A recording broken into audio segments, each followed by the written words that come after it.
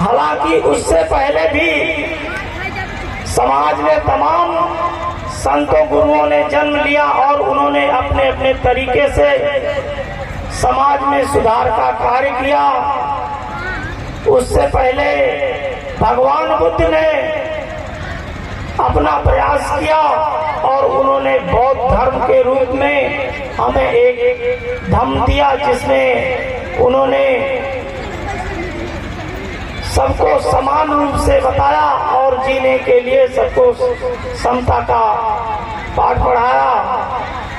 उसी कड़ी में संत रविदास जी आए और उन्होंने भी समाज में फैली तमाम विसंगतियों को दूर करने के लिए धार्मिक सामाजिक तरीके से प्रयास किया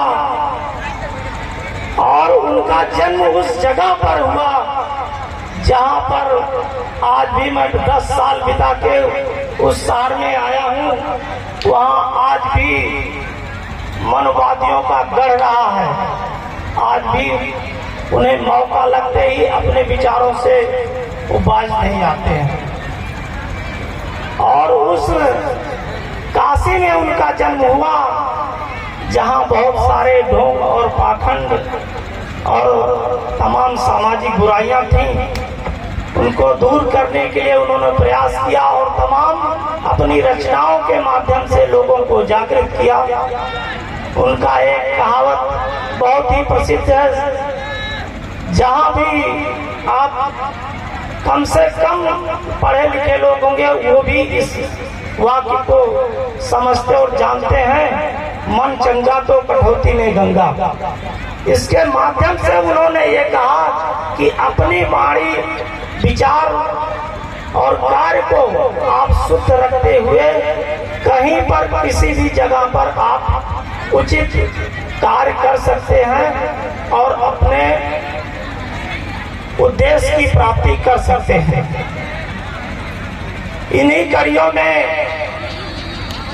बाबा साहब आए और उन्होंने उस परंपरा को आगे बढ़ाते हुए तमाम सामाजिक संघर्षों को, मूवमेंट को बढ़ाया और अंततः उन्होंने भारत में हमें संविधान देकर हमारे अधिकारों को सुरक्षित बनाया।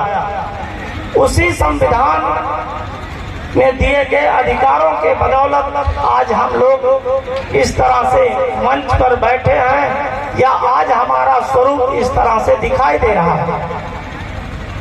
संविधान से पहले हम पैदा जरूर होते थे, लेकिन हम इस तरह से मानव नहीं समझे जाते थे समाज में।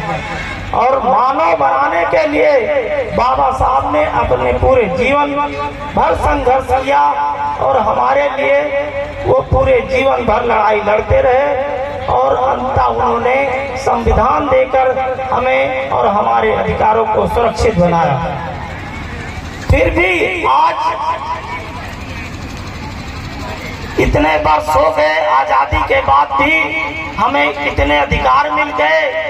हमारे लोग MP, MLA, मिनिस्टर बन गए, IAS बन गए, तमाम पदों पर हम लोग बैठे हैं। फिर भी आज भी हमारे जो जगह है, संविधान के द्वारा दिया गया जो अधिकार है, वो हमें नहीं मिल पा रहा है।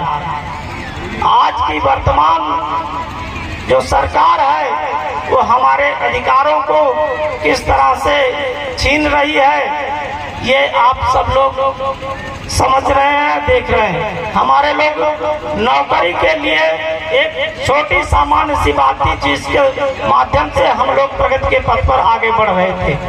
आज की सरकारों ने फिर जो है वो हमारी नौकरियों पर ताला लगा दिया है। आज हम गवर्नमेंट की वैकेंसियां आती थी, आज हम गवर्नमेंट की वैकेंसियां नहीं आ रही हैं। आज ठेके की वैकेंसी आ रही है जिसमें हमारे आरक्षण को खत्म कर दिया गया है। तमाम ऐसी सारी बातें हमारे संचालक महोदय का वो हो रहा है। मैं अपनी बातों को यहीं समाप्त कर रहा हूँ।